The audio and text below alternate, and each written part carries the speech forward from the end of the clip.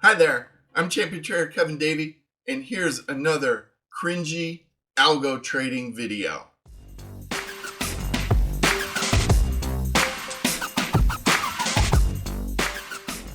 Okay, so what do I mean by cringe when I talk about algo trading?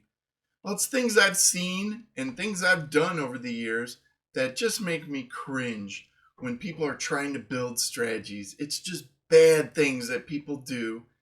And then they wonder why they lose money in real time. Well, it's because they're doing some of these things. So today, I want to talk to you about what's called look inside bar backtesting. It's also known as bar, that's in TradeStation. It's also known as bar magnifier, I think in multi-charts or Ninja Trader. Every language usually has something different, but I'm going to explain it and explain why you need it. So let's say you start out and you build a strategy and you get an equity curve that looks like this. Wow, man. Before you start breaking out the champagne and start doing a dance, you should say, this looks a little too good to be true. Something's wrong. That's my number one rule of thumb. And you know what? There is. There's something wrong with this one. When I go and look at the strategy properties, this is in TradeStation, you'll see there is a box for look inside bar backtesting. Now,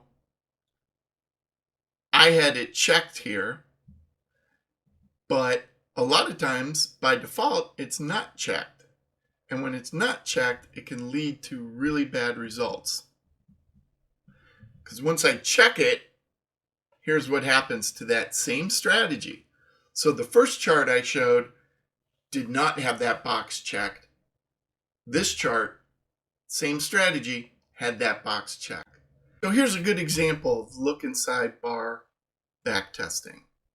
Let's say the bar on the right, the green bar, just closed and you decide to buy. So you're going to buy at the market at the purple line.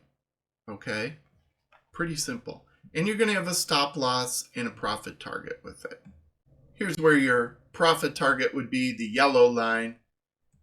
And here's what your stop loss would be, the white line.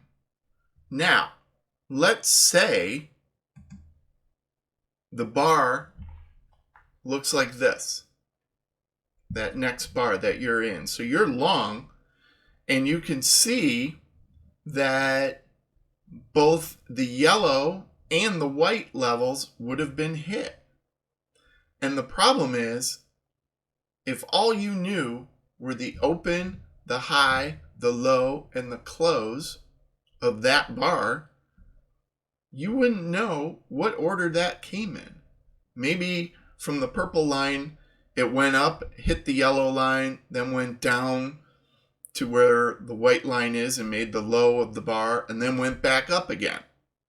Or maybe it started out at the purple line and immediately went back down to the low of the bar, which would have hit your stop loss first, and then went up. The point is, you don't know the order that things come in unless you break that bar apart and you, in effect, look inside that bar.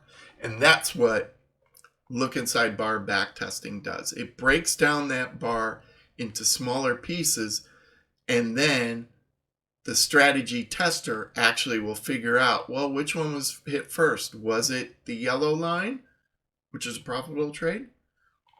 Or was it the white line? That turns out to be huge for strategy development because you can easily turn what you think's a winning trade into a losing trade when you use look inside bar backtesting. It's something, as a general rule, you want to use. If you don't know if you need it or not, and not all strategies need it, just use it. Yeah, it takes a little while longer to compute your strategy, but in the long run, you'll be better off with it. It makes me cringe when I see people backtesting when they should be using look inside bar backtesting and they don't. That's the lesson in this video.